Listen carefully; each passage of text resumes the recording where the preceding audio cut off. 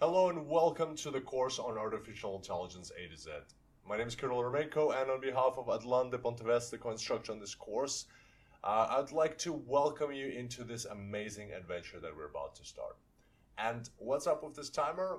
Well, the reason for this timer is this is my third time recording this tutorial, and I get so excited about these things, and it just goes over, blows over 10 minutes or 20 minutes. So I decided to limit myself to 5 minutes to get you excited about this course and why it's the best time to be in AI.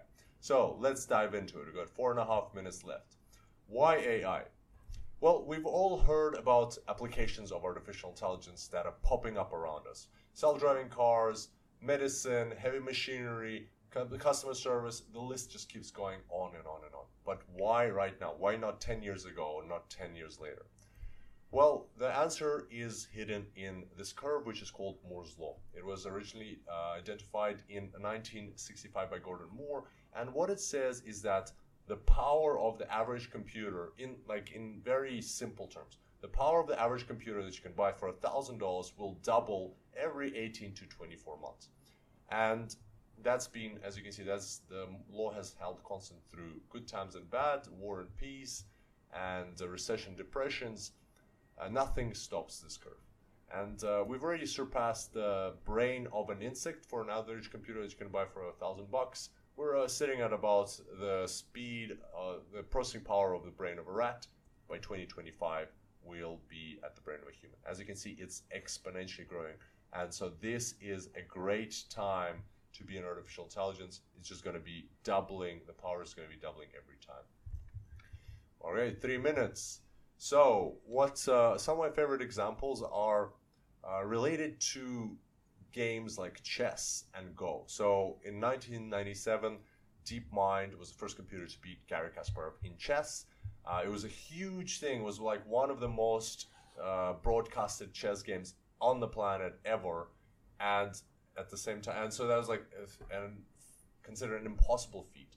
Right now, on any phone, you can install an app with chess, which no human player will ever beat because computers are that good now. You just cannot beat a computer in chess if you put on the hardest setting. And then just recently in March 2016, a computer won against the 18 world champion of the game of Go, Lee Sedol. Again, considered an impossible feat. Even at the start of the match, it was considered to be impossible, that it's only going to happen 10 years from then. But it happened. And by the way, if you'd like find out a bit more about the game of Go, it's very, very exciting, very interesting. It's got 40 million players, 3,000-year-old game, very popular in China, Japan, and Korea, and it's much more complex than chess. So there's many more possible combinations. So again, something that was considered impossible is happening, and it's happening now, and much earlier than its time. So how are we going for time? 1 minute, 52 seconds.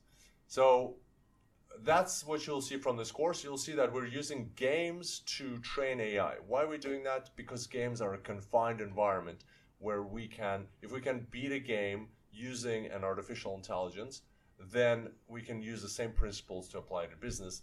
And that's the exact same thing that the team at Google DeepMind, who created AlphaGo, who won against Lee Sedol, that's exactly what they did. They applied artificial intelligence to a Google's warehouse to control the air cooling, and what they found is this is the electricity bill, electricity consumption. You can see it's going like this. As soon as they switch on the AI, bam, goes down, and then they switch it back off, goes up. They were able to save 40% on their electricity bill, and I have 1 minute left. 40%. So you can find the full article on the DeepMind blog. That is insane. Imagine that for a company of Google's scale, which has millions and millions of servers. So there you go. That's your connection between applying artificial intelligence in games and applying it to business. Very, very closely related, and that's what you will be able to do after this course. And finally, one of my favorite blogs, waitbutwhy.com. Check it out. Amazing blog by Tim Urban. This is how he describes the situation we're in. This is us and technological progress. We're sitting here. This is what it looks like. It looks very very linear, but because it's an exponential, boom, this is what's going to happen in the next years. And there's very strong evidence from the things we're seeing to suggest that we're sitting right over here on the kink of the curve. And that, my friends, in short, is why it's so exciting to be alive right now, why it's so exciting to be and get into and be in the space of artificial intelligence, because the power you'll have, the applications that you will be able to create, or the ways you'll be able to apply it, is going to be intense and insane. And I can't wait to see you on the first tutorial of this course. Let's get this started.